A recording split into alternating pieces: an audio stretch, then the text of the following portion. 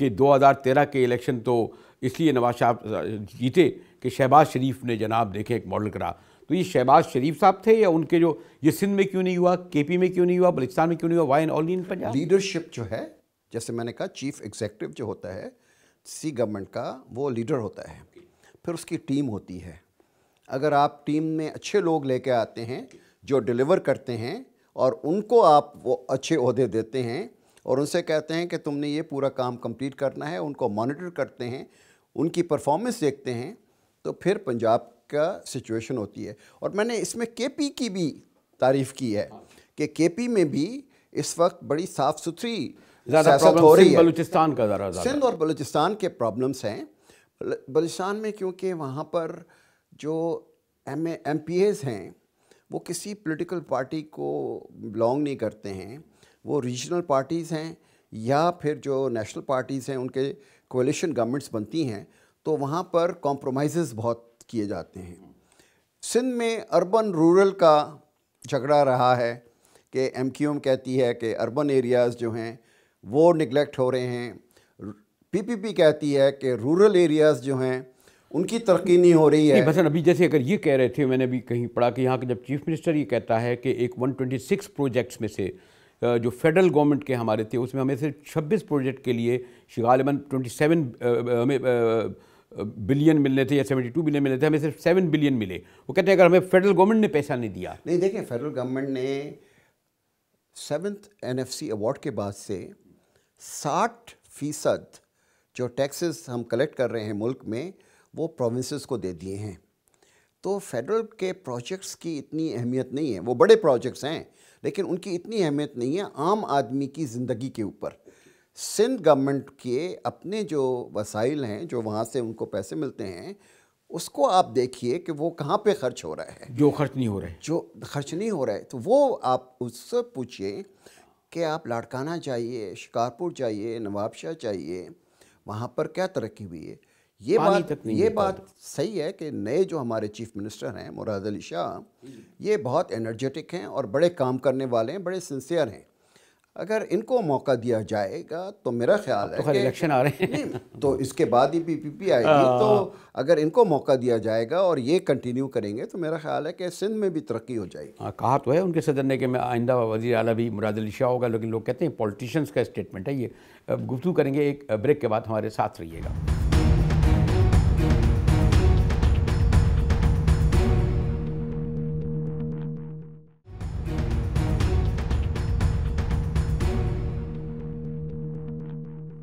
Dawn news میں ایک بار پھر مجاہد بریلوی آپ کو خوش آمدید کہتا ہے.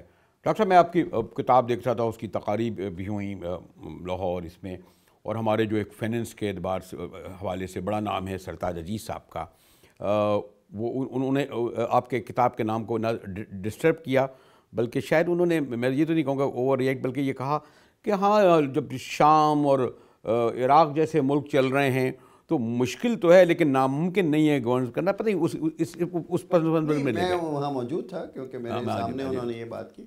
انہوں نے کہا we are a difficult country to govern but we are not ungovernable. ٹھیک ہے. میرا کہنے کا مقصد یہ تھا کہ اس وقت جو دنیا میں پرسیپشن ہے پاکستان کا, وہ یہ ہے کہ this is a failed state, this is a terrorist state, it is full of extremists. جیسے ابھی بڑا شور ہو رہا ہے اس پہ. جی, it is heaven for the groups which are creating trouble in Afghanistan, in India. یہ پرسیپشن درست ہے نہیں, میں کہہ رہا ہوں کہ یہ پرسیپشن ہے. لیکن یہ پرسیپشن ہے. اس کی وجہ یہ ہے کہ یہاں پر جو ہماری سویلین انسٹیٹیوشنس ہیں وہ اتنی کمزور ہو چکی ہیں کہ وہ ریٹ آف دا اسٹیٹ نہیں کر سکتی. یہ جو ٹیررسٹ ایلیمنٹس ہیں یا جو کرمنل ایلیمنٹس ہیں جو اس وقت سارے میں پھرتے رہتے ہیں, اگر پولیس واقعی ایفیشینٹ ہوتی, ایفیکٹو ہوتی, تو ان کو پہلے سے ہی وہ پکڑ کے بند کر سکتی. نہیں, وہ تو کہتے ہیں ایک اسٹیٹ کا ایک ایسا حصہ ہے, sorry to I don't want to involve کہ وہ جی اس لیے گرے میں ڈالا گیا اور کافی اس پہ بحث. نہیں گرے, یہ میں آپ کو اس سے ایف اے ٹی ایف سے بات نہیں کر رہا, میں بات کر رہا ہوں کہ اس وقت جو پرسیپشن اس وقت ایف اے ٹی ایف کی وجہ سے بہت شور مچ رہا ہے. ایف اے ٹی ایف کی کوئی ایسی حیثیت نہیں ہے. FATF ایک ٹاسک فورس ہے جس کا ایک اسٹینڈرڈ سیٹنگ کا مینڈیٹ ہے کہ یہ 40 اسٹینڈرڈس ہیں اینٹی منی لانڈرنگ کے اور ٹیررسٹ فائنینسنگ کے. اس کا کام یہ ہے، یہ دیکھنا ہے کہ جو ممالک ہیں ان میں اینٹی ٹیررسٹ فائنینسنگ اور ٹیررزم فائنینسنگ کے جو میکینزمس ہیں، جو قانون ہیں، جو ریگولیشنس ہیں، جو پریکٹسز ہیں، وہ ان اسٹینڈرڈس کے مطابق ہیں. ٹھیک ہے. 2012 اور 2015 میں بھی ہم پاکستان جو تھا وہ گرے لسٹ میں تھا. اس وقت کیا ہوا؟ ہم نے IMF میں بھی گئے، لونز بھی لیے، اور ہمارے جو بانڈز تھے ان کی پرائسنگ بھی کوئی اتنی خاص افیکٹ نہیں ہوئی تھی. اس دفعہ پتہ نہیں کس وجہ سے، ہو سکتا ہے کہ کوئی ہندوستان کے میڈیا نے اس کو زیادہ پلے اپ کر دیا، یا امریکہ نے کیونکہ ریزولوشن اسپانسر کیا ہے تو اس میں وہ ان کو پولیٹیکل ٹچ نظر آیا، تو ہمارے میڈیا نے بھی even our close friend like China and Saudi Arab کو بھی کہہ رہے ہیں. دیکھیں، وہ بھی ایک چیز میں آپ کو بتاؤں، FATF کی جتنی بھی پروسیڈنگز ہوتی ہیں وہ ان کیمرہ ہوتی ہیں، وہ سیکرٹ ہوتی ہیں، یہ کسی کو بتائی نہیں جاتی ہیں کیونکہ یہ بڑا سینسٹیو سبجیکٹ ہے. لیکن ہمارے لوگ جو ہیں وہ کبھی کچھ کہہ دیتے ہیں، کبھی کچھ کہہ دیتے ہیں، وچ از ناٹ رائٹ. جو سب سے اوتھینٹک چیز ہے وہ FATF کی جو کمیونیکیشن ڈائریکٹر ہے، وہ سے آپ پوچھیں کہ بھئی یہ کیا ہو رہا ہے، وہ آپ کو جواب دے گا یا جواب دے گی کہ یہ چیزیں ہوئی ہیں اور یہ چیزیں نہیں ہوئی ہیں. یا ان کا کمیونیکے جو ہے اس کو آپ دیکھیں، اگر کمیونیکے میں پاکستان کا ذکر نہیں ہے، کوئی اور ڈسکشن ہوا ہے، تو وہ کمیونیکیشن ڈائریکٹر سے نہیں. تو وہ جو آپ کے اس نام کی طرف آئے تھے تو ان کا ریئیکشن، وہ آپ میوچل انڈرسٹینڈنگ ہوئی کہ آپ کا یہ مقصد نہیں تھا، جیسے انہوں نے کہا نا کہ سیریا اور عراق جیسی اسٹیٹ موجود ہیں تو ہم تو ان سے بہتر پرفارم کر رہے ہیں. نہیں، ہمارے پرفارمنس کی بات نہیں ہے. پاکستان ممبر ہے ایشیا پیسیفک گروپ کا، APG کہتے ہیں، اور ان کا کام ہے کہ وہ ایویلویٹ کر کے رپورٹ دیں FATF کو کہ پاکستان ان اسٹینڈرڈس پر پورا اتر رہا ہے کہ نہیں اتر. کیا وہ بائسز ہوتے ہیں؟ جی، بائسڈ ہوتے ہیں؟ نہیں، باعث نہیں ہوتے ہیں، میں یہ نہیں کہہ رہا. اس دفعہ جو ہنگامہ ہوا ہے وہ اس لیے ہے کہ US نے ریزولوشن اسپانسر کیا اور برٹن اور فرانس نے اس کو سپورٹ کیا، اور ایک انڈین انفلوئنس کو بھی، اور وہ انڈین میڈیا نے اس کو ایسا اچھالا کہ جیسے کہ پاکستان جو ہے وہ ٹیررسٹ اسٹیٹ جو ہے وہ ڈکلیئر ہو گیا. اس کا ٹیررسٹ اسٹیٹ سے کوئی تعلق نہیں، اس کا صرف فائنینسنگ کے ساتھ تعلق ہے. ہمارے جو اینٹی منی لانڈرنگ لاز ہیں وہ 2015 میں 2016 میں بنے تھے. اب وہ آ کے یہ دیکھیں گے کہ اس کے انفورسمنٹ کتنی ہو رہی ہے. دو باتیں میں ضرور آپ سے سمجھنا چاہتا ہوں. یعنی میں اگر آپ کی اس کتاب سے جس حد تک میں سمجھ سکا یا گزر سکا، اور اگر میں آپ سے اس کو جب آپ نے کنکلوڈ کیا ہوگا تو ایک پیٹریوٹک پاکستانی کی حیثیت سے یقیناً آپ یہی بتائیں گے، کیونکہ جو ہمارے یہاں باہر بیٹھے ہوئے لوگ وہ تو یہ سمجھتے ہیں ہم لوگ گھروں سے نہیں نکلتے، کھانے نہیں پی پاتے، پتہ نہیں پاکستان میں انارکی پھیلی ہوئی ہے، چلتے ہوئے لوگ چیزیں. جو آپ اس وقت آپ یہ سمجھتے ہیں کہ کیونکہ ایک نواز شریف صاحب کا ایک جملہ بڑا مشہور ہوا کہ مشرف میرے 10 سال کھا گیا، ورنہ آج میں کہاں پہنچا دیتا. آج وہ پھر یہ کہتے ہیں، پھر میں I don't want to indulge in the political, کہ جی دیکھیے میرے ساتھ جو یہ ہوا اور اس کا نقصان اکانومی کو ہوگا. تو کیا یہ جو ایک تسلسل ہے اس طرح کا ایفیکٹ کرے گا؟ اس کا میں ایک آپ سے بریک کے بعد جواب لوں گا.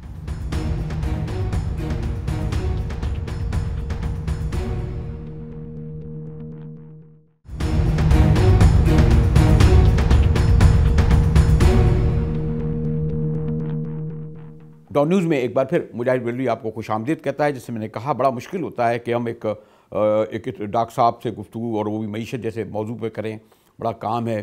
ہم لوگ تو صفحات نہیں پلٹ پاتے اور چاہتے ہیں کہ اس کا پورا جسٹ ان سے پوچھ لیں.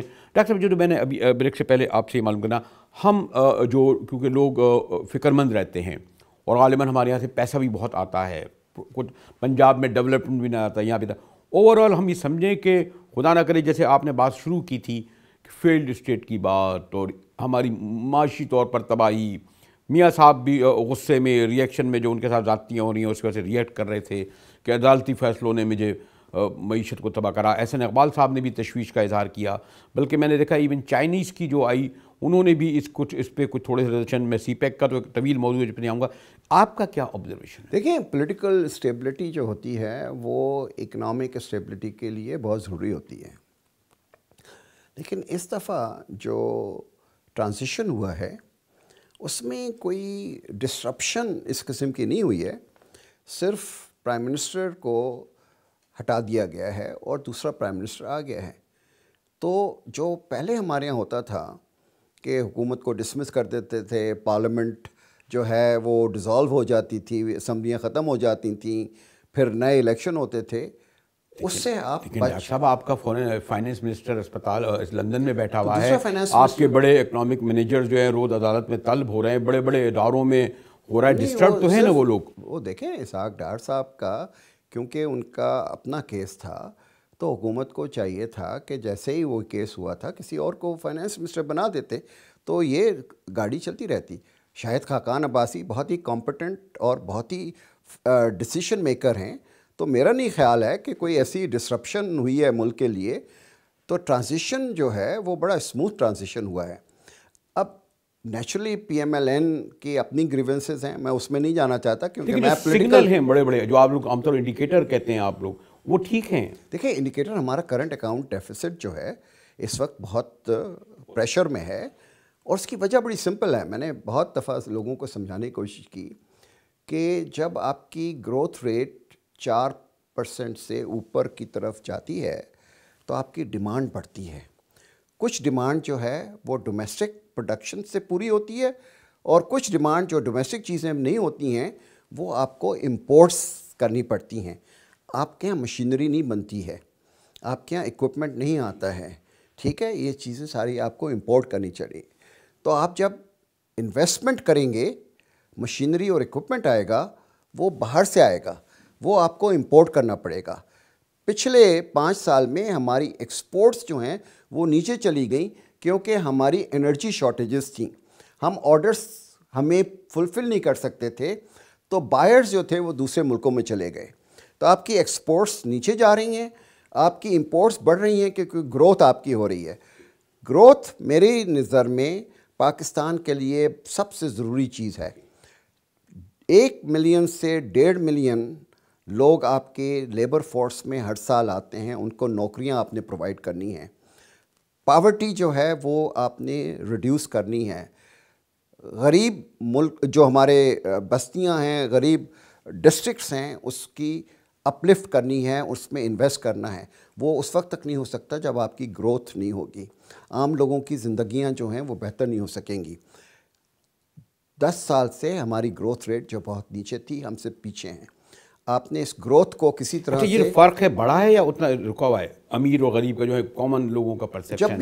جب بھی آپ کی گروتھ کم ہوگی تو امیر کو فائدہ ہوگا, غریب کو نقصان ہوگا. اب کیا ہے اس وقت ہم کہیں؟ اب تو 6% پہ اگر آپ چلے جائیں گے تو غریبوں کو بھی فائدہ ہوگا. دیکھیں کس طرح سے جب آپ فیکٹریاں چلائیں گے تو لیبر بھی آئے گی, نوکریاں بھی ملیں گی, آپ کی ایگریکلچر پروڈکشن بڑھے گی.